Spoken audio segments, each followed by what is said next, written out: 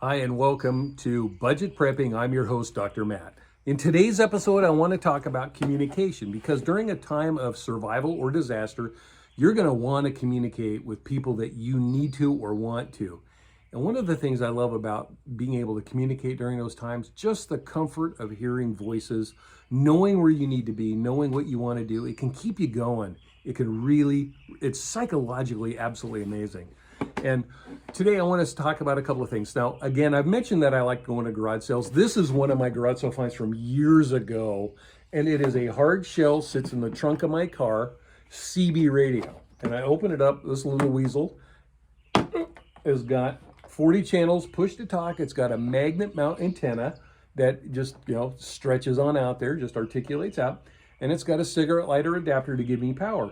And it's absolutely amazing. Now, my wife and I, we've already decided what our communication plan is. And the CB radio, we will always use channel 13.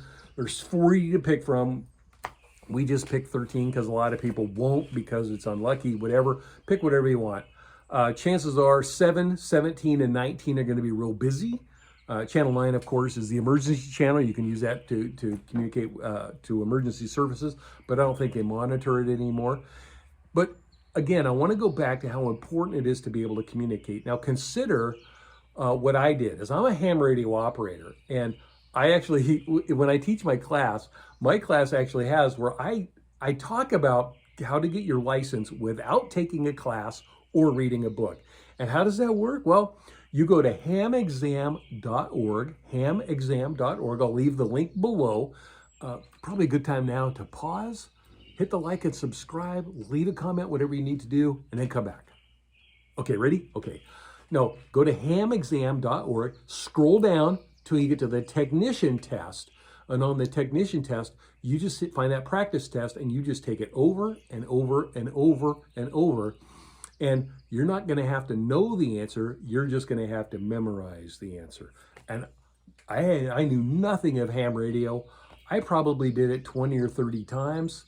And then all of a sudden, you know what? I remember the answers.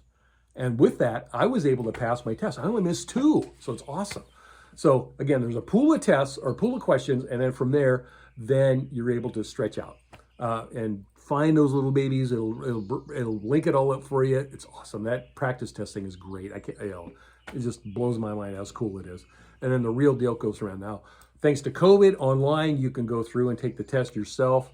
You just look at, where to take a ham radio test in my area or how to take a ham radio test online. Those links are easy.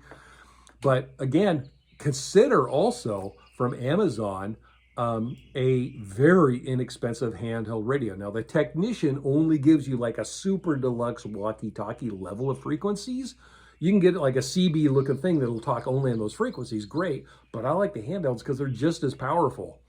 And they're portable completely. And you can even, with the right adapter, hook up to a bigger antenna, which you can make.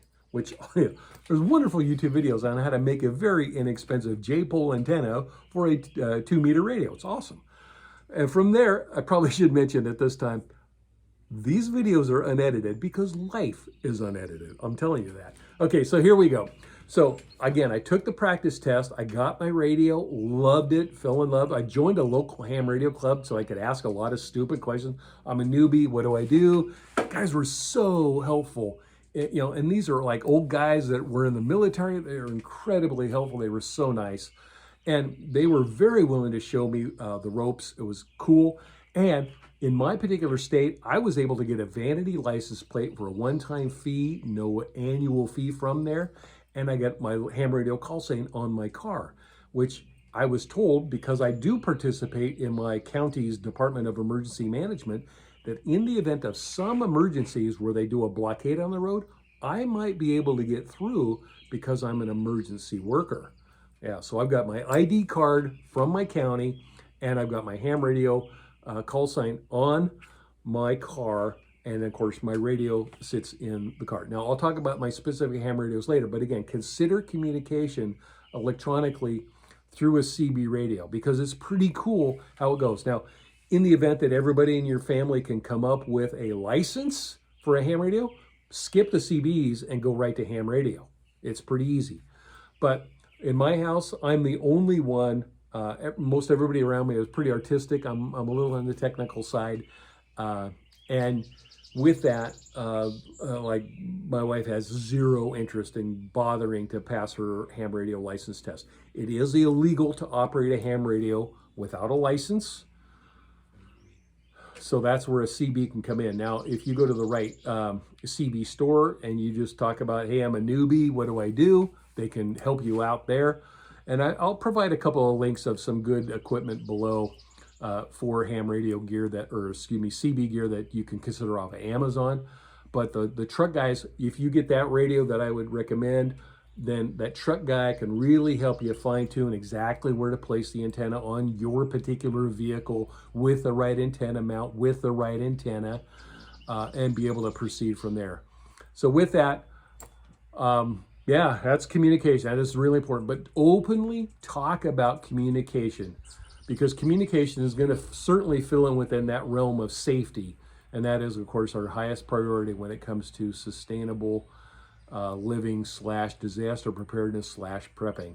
So with that, we'll see you next episode. Take care.